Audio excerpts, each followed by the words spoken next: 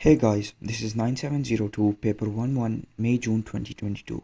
In this video we are going to solve the first 10 questions. Question 1. Which term represents a physical quantity?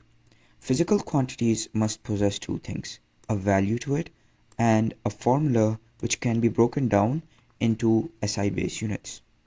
First of all, meter does have a value to it. It can be 10 meters, 20 meters, but meter is already an SI base unit. It's not a formula. It does not possess a formula, so this is wrong. Percentage uncertainty does have a value, but again, it does not have a formula which can be broken down into SI base unit. So this is also wrong. Quark flavor again has a value, but does not have a formula which can be broken down into SI base units. Spring constant does have a value, and it also has a formula which is force over extension, and this can be broken down into SI base units. As you can see, force over extension would give us this derived unit, which can be simplified further to give us kgm-1, and this is SI base units. So this is the answer. Question 2. Which two units are identical when expressed in terms of SI base units? Joules is used for energy. So the formula for SI base unit for energy is kg m2 s negative 2. Now this is multiplied by C negative 1, and C is coulombs. Coulombs represents charge. Charge, as we know, is current times time, and this equates to AS. So kgm2s negative 2 into AS, and as you can see, C has a negative 1, so this gets a negative 1 and this gets a negative 1.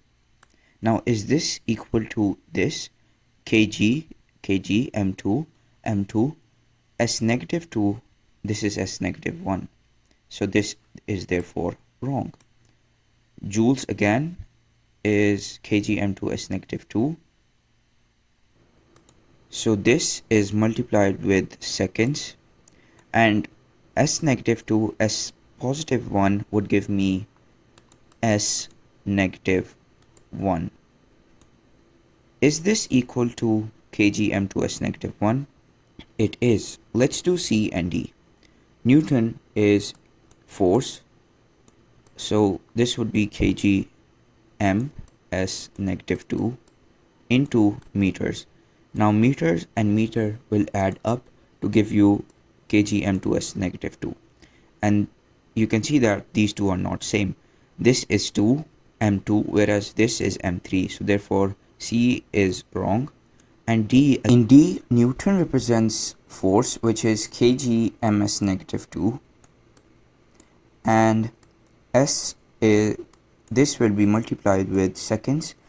S and S negative 2 add up to give you S negative 1, and you can see that kg ms negative 1 is not equal to kg ms negative 3, therefore D is also wrong. Question 3. A value for the acceleration of free fall on Earth is given as 10 plus minus 2. Which statement is correct? Remember that precision is how close the measured values are to each other, and because of this definition, we assume that the errors in our measured values are really low relating to precision, and accuracy is how close the measured value is to the true value. You can see that the measured value is really close to the true value. The true value is 9.81 and the measured value is 10.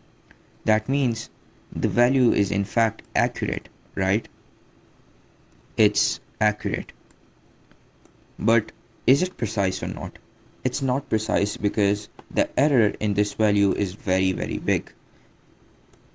The precision is how close the measured values are to each other, and precision means that your errors are really small. Therefore, this value is not precise.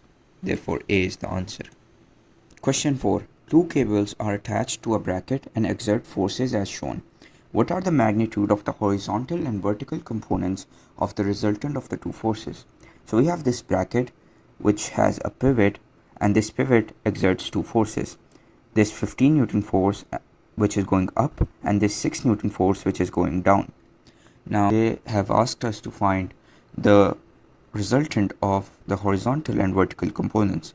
So let's call this force 15 newtons A and this 6 Newton force as B. And I've drawn out A and B here.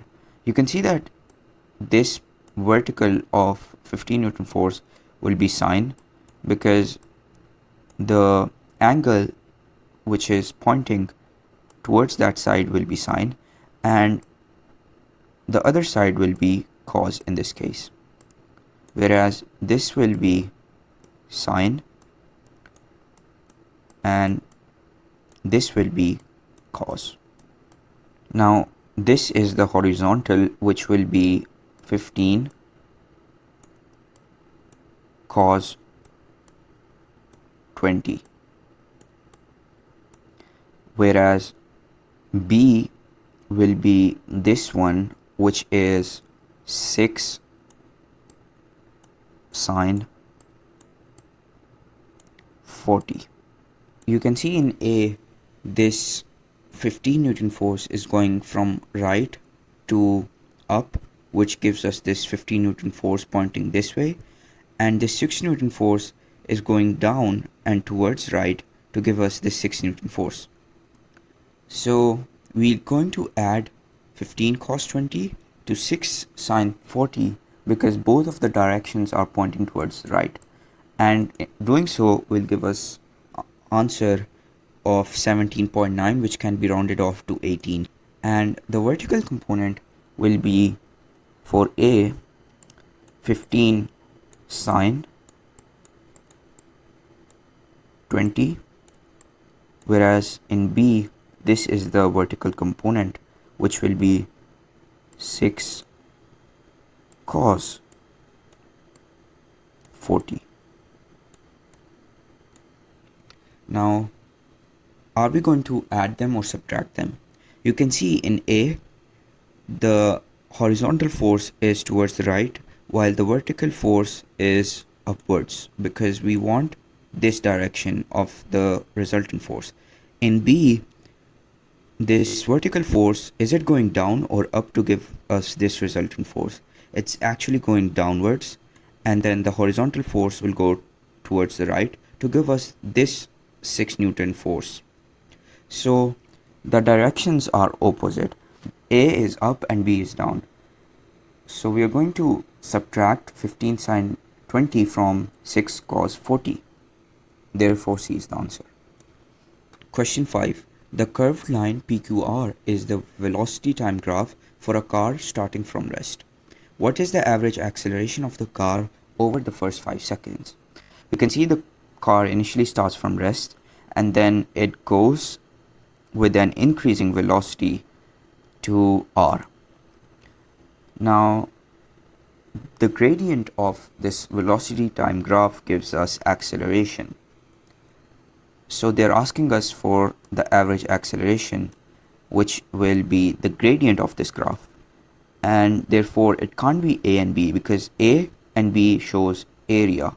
Let's look at C first. The gradient of the straight line PQ. You can see that PQ has this straight line, whereas the original graph is like this. And when you look at these two lines, you would find that there is not a lot of difference. And since they're asking us for the average acceleration, we can assume that this, the original line of the graph, and the gradient of the straight line of PQ is same. Therefore C is the answer. But what about D? The gradient of the tangent at Q. Let's draw a tangent at Q like this. You can see that the gradient of the tangent at Q is not equal to the acceleration of the first 5 seconds. This is a much bigger acceleration. This shows a much bigger acceleration compared to this, whereas the line PQ shows somewhat similar acceleration to the acceleration of the first 5 seconds. Therefore, D cannot be the answer. Question 6. A ball is thrown horizontally with a speed of 10 meters per second above horizontal grounds. The ball hits the ground after a time of 3 seconds. Air resistance is negligible. What is the speed of the ball just before it hits the ground? They've said that it is thrown above horizontal ground. So, above horizontal ground looks something like this, and the ball will fall down like this, right? And they've said that U is 10 and the total time it takes is 3 seconds. This is a question of projectile motion, and the ball will have a horizontal component and a vertical component. The horizontal component of the velocity will remain constant. Why? Well, because there is no force in the horizontal direction. So throughout its journey, the horizontal component of the velocity will be 10 meters per second. So right before it's falling, the horizontal component of the velocity is 10 meters per second. So what will be the vertical component of this velocity? Speed, and we have the velocity given and the time given. With there is no distance, so we're going to use v equals u plus at. What is the final velocity? That is what we need to find. We said that there is no vertical velocity because the ball was thrown horizontally, not vertically. So u is 0. Acceleration is in the downward direction. Let's say downward as positive. So positive 9.81. And the total time taken for both the horizontal and the vertical component of the velocity will always be the same. In this case, it's 3 seconds. I get V as 29.4. But is this the final answer? It's not. We can't say V, we can't use 29 as our final answer because this final velocity is for the vertical component right before it hits the ground. It's not the overall final velocity. So to find the overall speed, we will use Pythagoras theorem.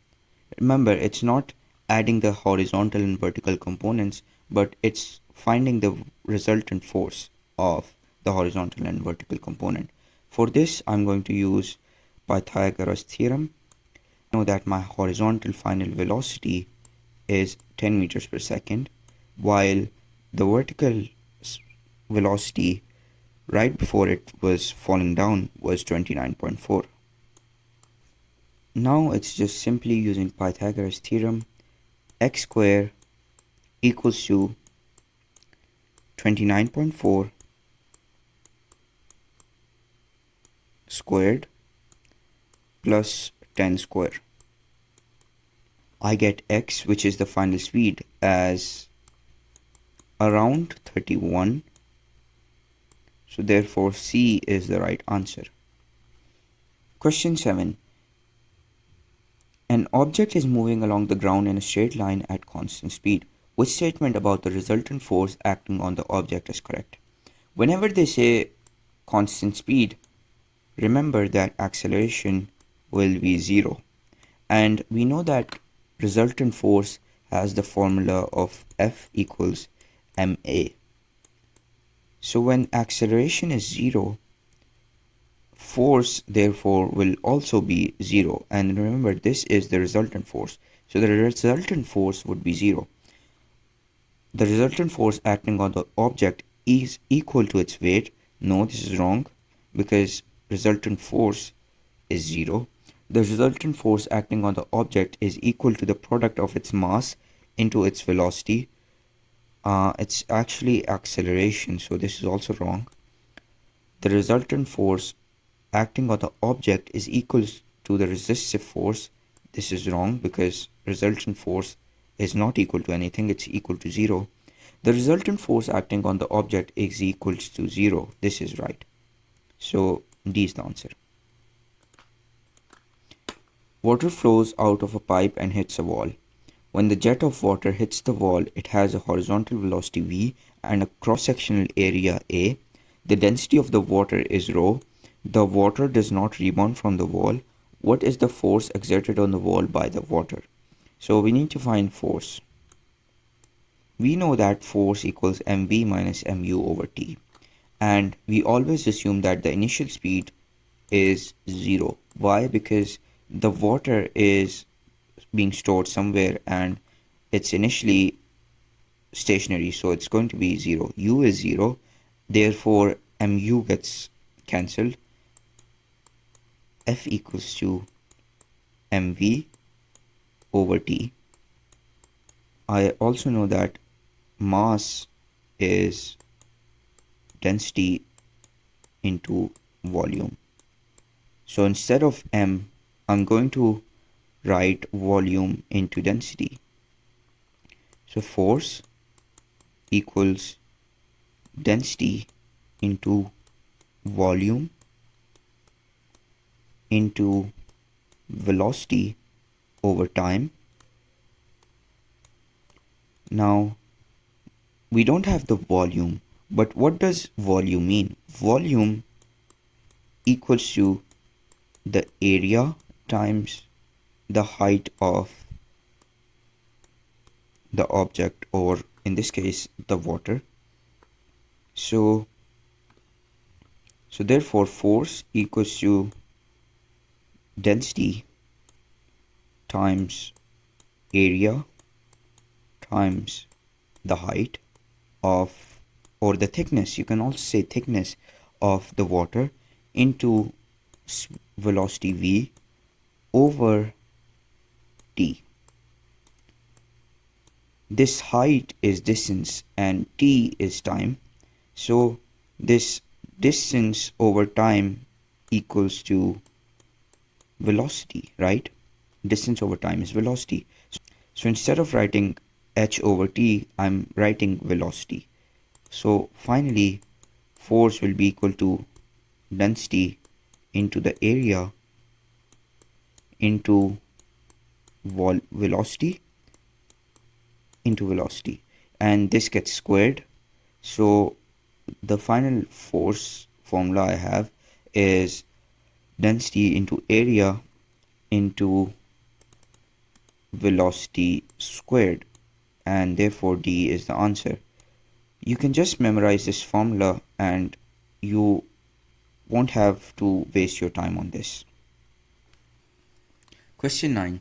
A projectile is launched at an angle above horizontal ground and travels through the air. The projectile reaches its maximum height at position X. Assume that no upthrust acts on the projectile. Which diagram shows the direction of the force or forces acting on the projectile at position X? So this projectile will have its weight acting downwards, right?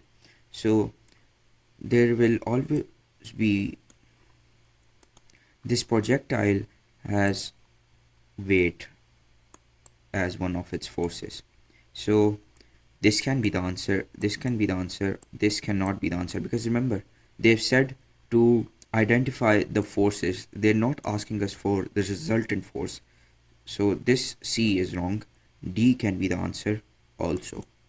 Now the next thing they've said is it's traveling through air. That means there will be air resistance. They've never said that air resistance is negligible. So air resistance is a resistive force, and resistive force always will be in the direction opposite to the direction of travel.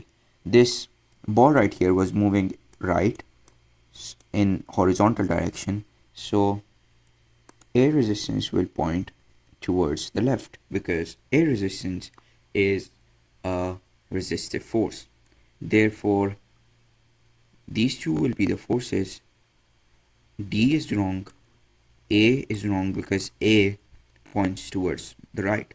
Air resistance will not be in the right because the ball is moving towards the right. Therefore B is the right answer.